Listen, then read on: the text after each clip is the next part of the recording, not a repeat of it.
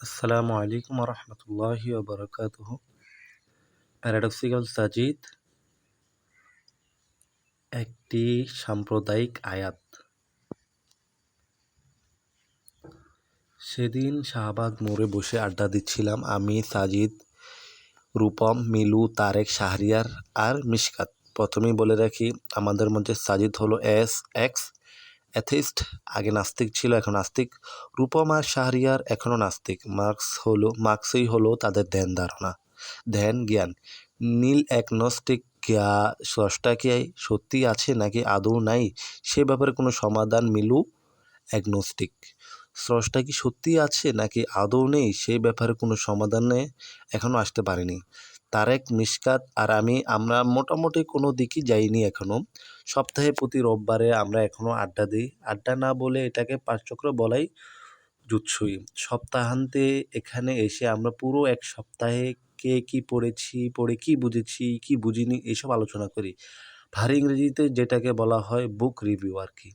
আজকের আলোচক দুজন, শাহরিয়ার আর সাজিদ। শাহরিয়ার আলোচনা করবে প্লেটোর রিপাবলিকের উপর, আর সাজিদ আলোচনা করবে কোরআনের উপর। দুজনই তুখোড় আলোচক। রিপাবলিক নিয়ে শাহরিয়ার আলোচনা বেশ জম্পেশ ছিল।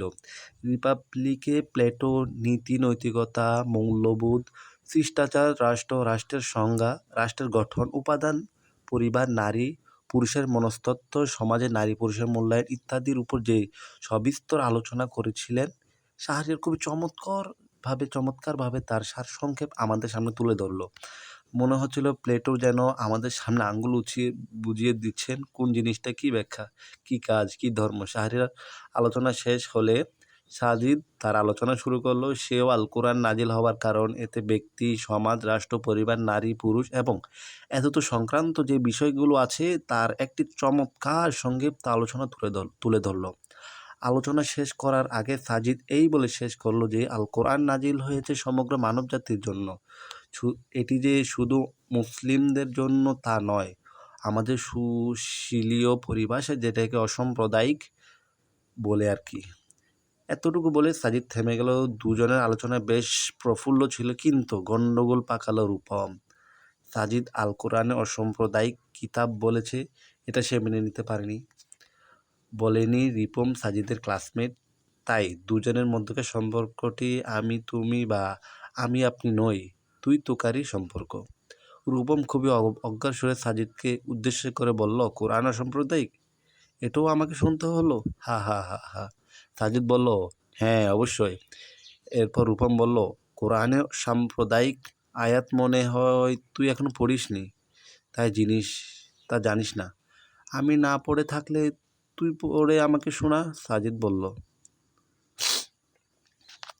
রূপম ইংরেজিতে সূরা আল কোরআনের 118 নং আর মায়েদার 51 নং আয়াতটি পড়ে শোনালো, সাথে অনুবাদ করে পড়ল। সে বলল, oh, you believe, do not take for intimate friend from among others then you own friend people.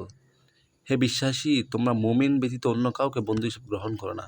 দেখ, কোরআনই তো তোদের বলছে আমাদের মানে অমুসলিমদের বন্ধুরূপে না নিতে, আর তুই বসে বসে এখানে কোরআনের অসাম্প্রদায়িকতার সার্টিফিকেট দিচ্ছিস। হাস্যকর না? এটা অসাম্প্রদায়িকতার নতুন সংজ্ঞা বুঝি? অমুসলিমদের বন্ধু বানাবা না, খবরদার। হা হা হা। আমি একটু চিন্তায় পড়লাম। অবজ্ঞার সুরে বলেও রূপমের কথা একেবারে ফেলে দেবার মতো নয়। অপেক্ষা করছি সাজিদের উত্তরের জন্য। সাজিদ একটু ঝেড়ে কেশে নিল, এরপর বলতে শুরু করলো, দেখ রূপম, কোরআন নাজিল হয়েছে হযরত মুহাম্মদ সাল্লাল্লাহু আলাইহি ওয়াসাল্লামের উপর। এখন কোরআনের আয়াতগুলিকে আমাদের বুঝতে হবে ঠিক সেভাবে যেমন মুহাম্মদ সাল্লাল্লাহু আলাইহি ওয়াসাল্লাম বুঝিয়েছেন। প্লেটো রিপাবলিক তুই তোর মনের মতো ব্যাখ্যা করতে পারিস না, বুঝে নিতে পারিস না, তোকেও ঠিক সেভাবে বুঝতে হবে যে প্লেটে বুঝিয়েছে। এতটুকু তো কমন সেন্স ব্যাপার, তাই না? রূপম বলল, এখন কোরআনেও আমরা সেইভাবে বুঝবো যেইভাবে মুহাম্মদ সাল্লাল্লাহু আলাইহি সাল্লাম বুঝিয়েছেন। প্রথমে তুই যে আয়াতের কথা বললি সেই আয়াতে আসি। ওই আয়াতে আল্লাহ তাআলা আমাদেরকে বলেছেন অমুসলিমদের বন্ধু হিসেবে গ্রহণ না করতে। এখন আল্লাহ তাআলা বন্ধু শব্দটার জন্য যে অ্যারাবিক ওয়ার্ডটি ব্যবহার করেছেন তা হলো আউলিয়া, রাইট? রূপম বলল, হতে পারে, আমি তো আর আরবি বুঝি না। রূপম রূপম আরবি বোঝার কথাও না, সে হিন্দু ফ্যামিলি থেকে উঠে আসা। ব্লগে মুক্তমনা তথা নাস্তিকদের লেখা জোখা পড়ে কোরআন নিয়ে যা একটু জানে। সাজিদ আমাকে উদ্দেশ্য করে বলল, আরিফ, মোবাইল খুলে কোরআনের অ্যাপস থেকে আয়াতটি তেলাওয়াত করো শোনা। আমি শোনালাম। রূপম বিশ্বাস করলো যে সেই আয়াত বন্ধু শব্দের অর্থ আউলিয়া। আরবি আউলিয়া শব্দেই ব্যবহার করা হয়েছে। সাজিদ বলল, শুনলি? হ্যাঁ। এখন আমাকে এটাকে ব্যাখ্যা করো। অ্যারাবিকে আউলিয়া শব্দটির জন্য দুটি অর্থ করা হয়। এক হলো বন্ধু, দুই অভিভাবক। আমরা এখানে সেই অর্থটা নেব যেটা রাসূল সাল্লাল্লাহু আলাইহি ওয়াসাল্লাম থেকে প্রমাণ হয়ে আসবে। তার আগে দুটি বিষয় ক্লিয়ার করি। আউলিয়া শব্দের জন্য বন্ধু আর অভিভাবক দুটি অর্থ করা গেলেও এই দুই শব্দের মধ্যে একটি সূক্ষ্ম পার্থক্য আছে। বন্ধু মানে বন্ধু, এই যেমন তুই আমার বন্ধু, আমি তোর সাথে এখানে বসে আড্ডা দিচ্ছি, খাচ্ছি, অনেক রাত একসাথে ঘুমিয়েছি, ক্লাস শেষ করি একসাথে ইত্যাদি। আবার আমার বাবা মাও আমার বন্ধু, কিন্তু তুই আর আমার বাবা মার কি একই রকম বন্ধু? না, পার্থক্য আছে, তারা আমার অভিভাবক বন্ধু। তোর সাথে বন্ধুত্বের যে ডেফিনেশন, তাদের সাথে something more than that, right? Right? Rupam মাথা নাড়ালো। সাজিদ আবার বলতে লাগলো, আমার বাবা মা আমার যাবতীয় সিক্রেট জানে, আমার দুর্বলতা কোথায় তুই জানিস না।